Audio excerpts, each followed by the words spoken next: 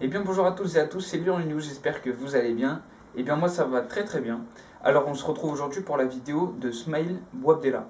Alors c'est l'interview, donc je vais vous présenter un petit peu le personnage. Alors c'est le journaliste présentateur commentateur de Beansport, présentateur du Multiligue 1 avec Eli Bope, présentateur de Inside Champions League lors des phases de poule et le commentateur sur toutes les compétitions de football de Beansport.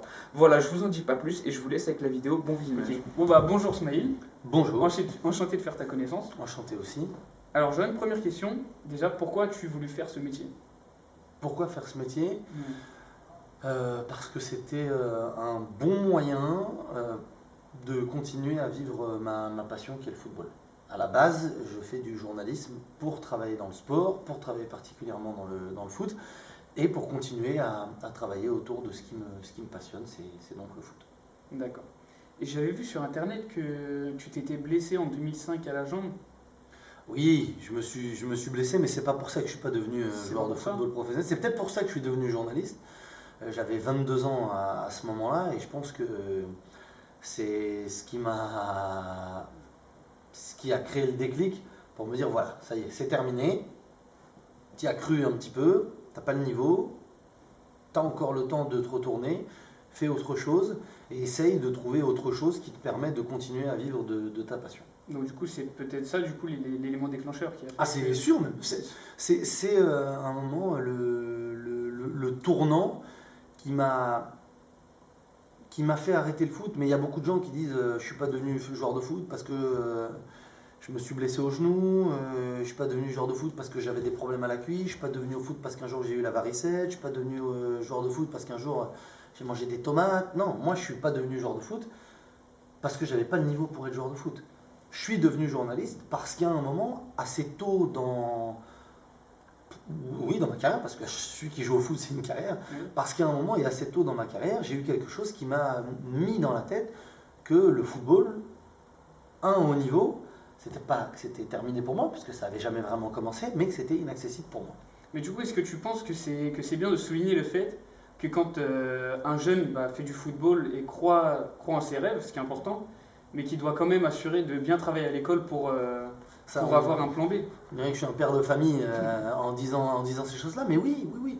C'est, le foot, c'est tellement indécis et ça dépend tellement pas de toi et de tes qualités propres.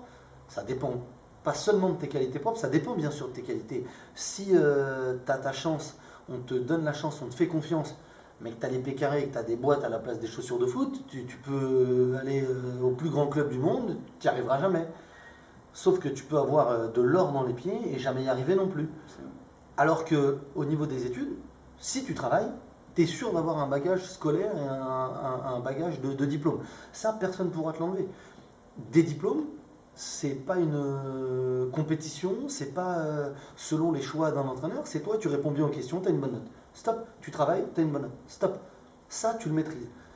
Et pour ensuite choisir ton métier, c'est la chance que j'ai eu moi, c'est que j'avais fait des études, j'ai pu les reprendre après à un moment pendant 2 ans et faire mon école de journalisme. Si avant ça, et en parallèle de la période où je jouais en CFA2, j'avais pas passé une licence de sociologie, j'aurais jamais rien pu faire. J'aurais eu mon bac, et qu'est-ce que tu fais après le bac? Tu es obligé de te refaire 5 ans. Ben moi j'avais déjà 3 ans, il me restait plus que 2 ans, 2 ans en alternance. En alternance, j'ai fait 2 ans d'école, 2 ans où j'étais à l'école et en entreprise. C'était parfait pour moi. Donc, C'est comme si j'avais fait seulement 3 ans d'études. donc du coup, après ton bac, tu as passé une licence et après tu es rentré en alternance? Alors j'ai fait une licence de sociologie, j'ai eu ma licence de sociologie en 2001, j'ai ensuite arrêté mes études parce que j'avais ma licence de sociologie. Moi au départ je voulais être prof. Donc il fallait une licence de sociologie pour une licence pour ensuite se présenter au concours. J'avais même pas encore 21 ans que j'avais déjà ma licence. Je me suis dit je vais tenter le coup, je vais essayer d'être joueur de foot le plus haut possible. Je suis allé jusqu'à CFA2 et CFA. Je suis allé à mon maximum, je le dis honnêtement et humblement. Alors, je pensais peut-être pas ça à cette époque-là, mais avec le recul, j'étais à mon maximum. Oui, il J'étais à faut mon savoir maximum. reconnaître. Et ensuite, je me suis cassé la jambe. Au lieu de me dire, qu'est-ce que je fais maintenant? Et de ne rien avoir derrière et seulement mon bac, j'avais une licence. J'aurais pu passer le concours de prof, ce que j'ai fait, mais je suis allé à une seule épreuve et je suis parti au bout d'une heure parce que j'étais pas bon, j'avais pas travaillé. Et j'avais cette opportunité de faire du journalisme, mais j'avais d'autres opportunités avec un bac+3. J'avais ce bagage-là qui me permettait à un moment d'avoir plusieurs possibilités. Si je n'avais pas eu cette possibilité-là, bah, j'aurais dû repartir à la fac, repartir en BTS, repartir à 0 après le bac. Là, j'étais déjà à 3 ans après le bac. Ok. Et justement, certaines personnes disent qu'ils ont rencontré la personne qui a fait que, entre guillemets, la personne a eu accès au métier. Pour toi, qui a été la personne qui t'a aidé dans ton parcours? Alors la première personne qui m'a aidé dans mon parcours, c'est celle qui m'a aidé à remplir les feuilles d'inscription pour le concours à l'école de journalisme. Je l'ai eu au téléphone en plus avant-hier, il ne veut plus que je le cite. Mais je le cite encore une fois, c'est Laurent Prunetta, qui est journaliste aujourd'hui au Parisien, qui couvre les clubs franciliens en Ligue 2, le Red Star, Créteil et le PFC. Il nous suivait quand je jouais en DH et quand je jouais en CFA2. En plus, j'étais un remplaçant, je jouais presque jamais, mais j'adorais ce qu'il faisait. Il aimait bien mon style de jeu, même si je jouais jamais. Et quand je me suis cassé la jambe, je me souviens qu'il m'a appelé, il a fait un article, il a suivi ma rééducation. Quand je suis revenu, il en a parlé, on a discuté. Et voilà, et il m'a dit bah, qu'est-ce que tu vas faire maintenant? Je lui ai dit je sais pas, j'ai une licence, j'aime bien ça. Il me dit mais tu voudrais pas un jour faire du journalisme? Je lui ai dit impossible, je ne peux pas faire journalisme. Il m'a dit bah si, tu as juste à faire une école. Je lui ai dit mais quelle école? Il m'a dit bah essaye de te renseigner. C'est pas lui qui m'a dit va à telle école et qui a appelé le directeur de l'école, mais c'est lui qui m'a aidé. Non, pas motivé, c'est lui qui m'a orienté, qui m'a dit bah ça existe et ça tu peux le faire. Et c'est lui qui m'a aidé à remplir les lettres de motivation et à remplir les dossiers. Voilà, c'est quelqu'un d'important. Si lui n'avait pas été là, je ne me serais pas dit à un moment que je peux faire du journalisme. D'accord. Et du coup, avec ton travail, est-ce que tu arrives à avoir beaucoup de temps libre? Oui, bien sûr. Oui. Oui. Enfin, par rapport au... Oui, j'ai beaucoup de temps libre. Je ne sais pas comment l'expliquer, mais oui, j'ai du temps libre. Je travaille le week-end quand c'est pas semaine européenne et quand il n'y a pas de championnat en pleine semaine. Je travaille vraiment le samedi et le dimanche. Alors il y a des jours de préparation, mais j'arrive pas à 8h du matin en repartant à 22h. D'accord. C'est mon rythme à moi. Je ne peux pas me plaindre sur le travail, sur le rythme, sur la fatigue. Alors c'est rythmé parce qu'on est des fois 7 jours sur 7 quand c'est des semaines européennes. On est entre plusieurs avions, plusieurs trains. Il y a un peu de fatigue, il y a un peu de nervosité. Pas de pression parce que moi je ressens pas de pression, mais quand on est loin de sa famille, bah, ça peut être compliqué quand ça va un petit peu moins bien, quand on est un petit peu fatigué, quand on n'a pas bien dormi, quand on n'a pas beaucoup dormi.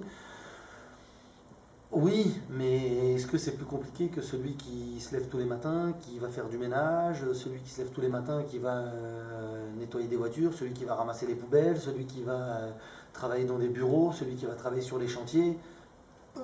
Eux, pour moi, ils ont des métiers beaucoup plus... Enfin, eux ont le droit de se plaindre. Moi, je parle pas pour les autres journalistes, je parle pour moi. J'ai pas le droit de me plaindre sur mon métier, ni sur mon rythme, ni sur mon temps libre. Alors, une fois que tu as fini ton travail et que tu rentres chez toi, quelle est la première chose que tu fais? La première chose que je fais quand tu rentres? Bah, je joue. Tu joues? Ouais, je joue avec mon fils et ma femme. On joue. Je profite de ma famille. D'accord. Et quelle est l'interview qui te rend le plus fier? C'est l'interview de Rachid Mekloufi. Alors c'est drôle parce qu'aujourd'hui, il y a eu des documentaires sur lui, il y a eu des gens qui parlent en disant bah, on vous fait découvrir cette histoire. Moi, quand je travaillais à CFoot, j'avais rencontré cette personne qui était un grand joueur du football français, un grand joueur de la S Saint-Etienne. Il était français, naturalisé, enfin de nationalité française, mais il était d'origine algérienne, il était né en Algérie, il jouait à Saint-Etienne et en 1958, au moment où la guerre d'Algérie éclate, lui, il quitte la France pour aller rejoindre l'équipe clandestine, entre guillemets, et de guerriers de l'armée sportive et de football de l'Algérie. C'était l'équipe du FLN. Donc il a sacrifié une Coupe du Monde 58 où l'équipe de France a perdu en demi-finale contre le Brésil parce qu'il avait un idéal de liberté pour son pays. Alors voilà, pour moi, c'est quelque chose de très très noble et ça a été une superbe rencontre aussi parce que il vient de la ville d'où est originaire la famille de mon père et voilà, il s'appelle comme mon père et mon père s'appelle comme ça par rapport à lui. C'était une fierté de le rencontrer, une fierté de rencontrer quelqu'un qui a un tel parcours et une fierté de raconter cette histoire à ceux qui ne la connaissent pas. Aujourd'hui, il y en a beaucoup qui la racontent. J'ai vu des documentaires sur le foot algérien, 2 ou 3, où les gens disent en 2016 on vous fait connaître ça, alors que moi j'en avais fait en 2011 déjà. D'accord. Et justement, en parlant de l'Algérie, je me souviens d'une vidéo donc, qui a fait beaucoup parler sur Internet, où lors de la qualification de l'Algérie, je pense que tu dois t'en souvenir, justement le fait que cette vidéo est tournée et que plein de gens ont vu, est-ce que ça a influencé sur ton image? Est-ce que tu as eu des problèmes le fait d'avoir dansé sur un plateau ou quoi? Il n'y a pas eu de... Non, j'ai dansé, j'aurais pu hurler, être content parce qu'une équipe qu'on supporte gagne un match de foot.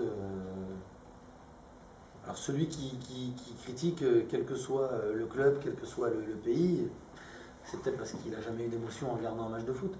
Celui qui a de l'émotion quand il regarde un match de foot et qui est supporter de son équipe de DH, son équipe de quartier qui joue en 5e division de district et qui est content quand son équipe gagne ou son équipe marque un but, bah, il a peut-être compris ce que moi je ressentais quand l'Algérie a gagné.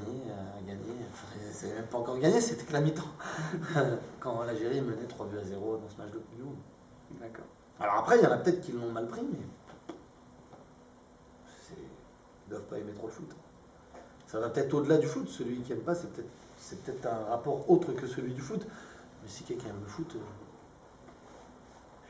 Alors peut-être qu'il était supporter de la Corée du Sud. Là, s'il était supporter de la Corée du Sud, je m'excuse. Et sinon, pourquoi avoir accepté une interview avec moi, qui est 17 ans, qui n'est pas du tout connu du grand public? Parce que tu me l'as demandé correctement, parce que tu as insisté en plus. Et pourquoi j'aurais refusé? Je m'en fous que tu sois connu ou pas connu. Tu peux être épicier, boulanger. C'est pas pour ça que je vais pas te parler ou quoi. C'est comme ça, tu es étudiant, ça fait partie de ta formation. Tu as des envies, si je peux t'aider à un moment. Si tu m'avais dit est-ce que je peux venir dormir chez toi, je t'aurais dit non. Mais là, à faire une interview, ça me prend pas beaucoup de temps. C'était dur de le caler et de réussir à trouver un moment, mais je vois pas pourquoi j'aurais dit non. La seule chose, c'était de trouver un moment, mais sinon, par rapport à accepter ou pas de le faire, il n'y a pas de discussion. Aucun problème. Et du coup, est-ce que tu penses qu'il faut... Ah non, oui, d'accord. Tu peux filmer ça. Monsieur reçoit au dernier état. Monsieur, mais nous allons vous laisser ne vous présenter les stars de l'antenne. Non, là vous êtes devant, monsieur. Non, là je vous félicite parce que là c'est. Ça veut dire. On va vous laisser, monsieur Wadela, faire votre interview en toute décontraction. Ce qui est triste, c'est pas Benjamin, parce que Benjamin, j'ai l'habitude. Ce qui est triste, c'est qu'Omar, il a changé sa coupe de cheveux alors que c'était magnifique. Il n'assume pas cette coupe de cheveux, tout simplement. Là, c'est ce coin. C'est ce coin. Oui, on s'en va en 3 minutes. On est obligé. Mais fais, Non, fais. On est obligé de faire une. Est-ce que tu penses que c'est important de donner la chance aux jeunes? Non, il faut que. Oui, donner une chance aux jeunes. Oui, donner une chance aux jeunes à condition qu'ils On s'en va, hein, travaillent et qu'ils soient Et on peut pas. compétents, Y a pas travailleurs, de- et qu'ils acceptent, Ah, là. de prendre le temps de progresser, de prendre le temps de travailler. Oui. On donne la chance aussi, mais on donne pas comme ça. On va essayer que nous. Gratuitement. Il faut travailler, il faut. Tout se mérite. Et Ah, ici la chance, tu peux l'avoir si tu la provoques. Ah, Après, si tu provoques ta chance, oui, mais tu peux pas. Rien te tombera dans les mains ou dans les pieds ou dans la poche facilement. Ça n'existe pas. si, ça se voit pas. Ça fait le truc. C'est pas Voilà, oui, mais là-bas, Ce ça se serait voit pas pas. rendre service non Il est plus. nul. Ok. Ce serait ridicule. Mais oui, non, avec plaisir. On va là-bas. J'espère que ça a été pour toi. Ah, bah, c'était génial. Bah, parfait. Bah, écoute, merci beaucoup. Avec grand plaisir. Merci beaucoup. Non, ok. Pardon, monsieur Walter. On va être dans le pays pendant 30 secondes. Non, mais sans sponsoriser. Non, Si. Mais ça, c'est grave. Allez. Jamais tu me proposes. Allez, Allez. Non, mais c'est pas je grave, viens avec attention. Je viens avec vous. Je viens avec vous à Barcelone. Tu vois, là, tu m'éjectes de votre groupe. Non, tu vois, vrai. vous Attends, avez.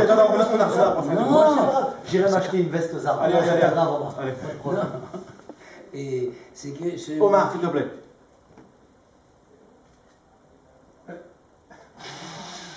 C'est bon ou Omar, pas est-ce qu'on pourrait faire une photo, s'il vous plaît? Mais bien sûr, monsieur Zara. Voilà. C'est bon pour toi, Et Thomas? Omar, 20%. Hein. Merci. Mais non, Avec grand plaisir. J'espère que ça allait pour toi. Reste bien. non, mais viens, attends. Merci. Attends, non, on n'a pas voulu, non, vous restez. Non, les gars, non. moi je vous laisse. Là, Salut, vous les êtes à vous, vous rendez. Et bien voilà, c'est déjà la fin de cette vidéo, j'espère que ça vous aura plu. Alors pour moi, c'est l'une de mes meilleures vidéos, franchement, c'est vraiment l'une de mes meilleures vidéos, voire même la meilleure.